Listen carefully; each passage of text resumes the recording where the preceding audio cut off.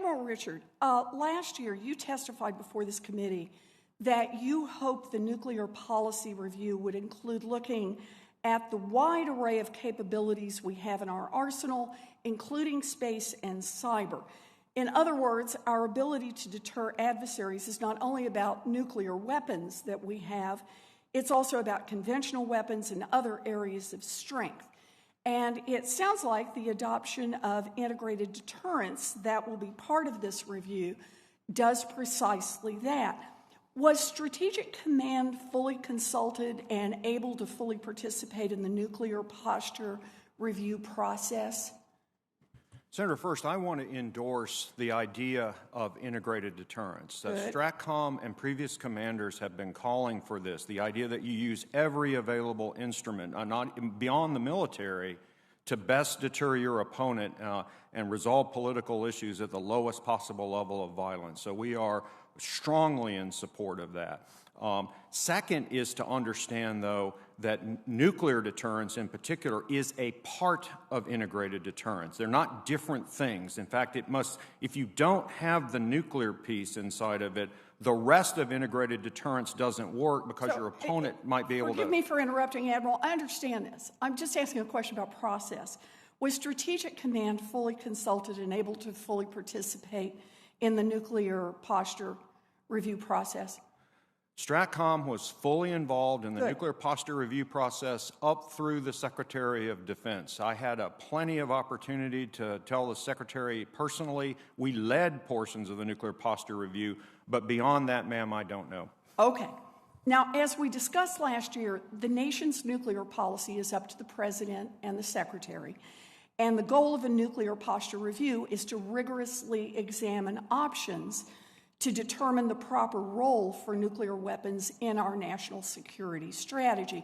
So, Admiral Richard, do you agree that the nuclear posture review benefits, let me put it this way, from hearing a wide variety of views to make sure that we are developing the smartest possible policy? Senator, yes, and my responsibility inside that is to offer the operational implications to each of those wide range of views. Okay, and do you think our nuclear policy should be informed by objective technical analysis? Ma'am, we provide a lot of that objective technical analysis. So you think it should be? It should be informed by technical analysis and a broad variety of views. We're in agreement on that. Yes, ma'am. Good. You know, I'm looking forward to reviewing the nuclear posture review when it's released. But the reason I'm focused on this is because I have concerns about the process that produced it. Over the past year, the Pentagon has repeatedly pushed out and obstructed efforts to have more rigorous debates and analysis to support this review. And I just want to give one example of this. The ground-based strategic deterrent is a $264 billion program. I requested that DoD contract with a respected group of outside experts to determine the technical feasibility of extending the Minuteman III program instead of just buying expensive new weapons. I was then told that the DoD didn't have the contract authority to do so, and that's just simply not true. It appears DoD simply didn't want to do a study that might show that a massively expensive nuclear spending program wasn't actually necessary.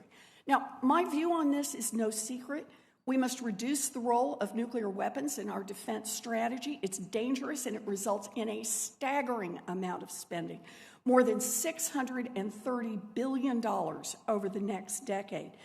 But no matter what you believe about these weapons, our nuclear policy should be developed by asking tough questions, not formulated in an echo chamber. So, thank you very much, Mr. Chairman. Senator, can I suggest that I look forward to the nuclear posture review being published so you can see exactly how and what it concluded. But I will add, thank goodness we have ICBMs right now. I'll explain more in closed testimony. So I'm glad that you're looking forward to seeing the report. As I said, I am as well. But my whole point is that if we don't have a process that includes alternative points of view, a widespread point of view, then the product that comes from it is too likely to come from an echo chamber instead of being fully informed, and that's what troubles me. Yes, ma'am.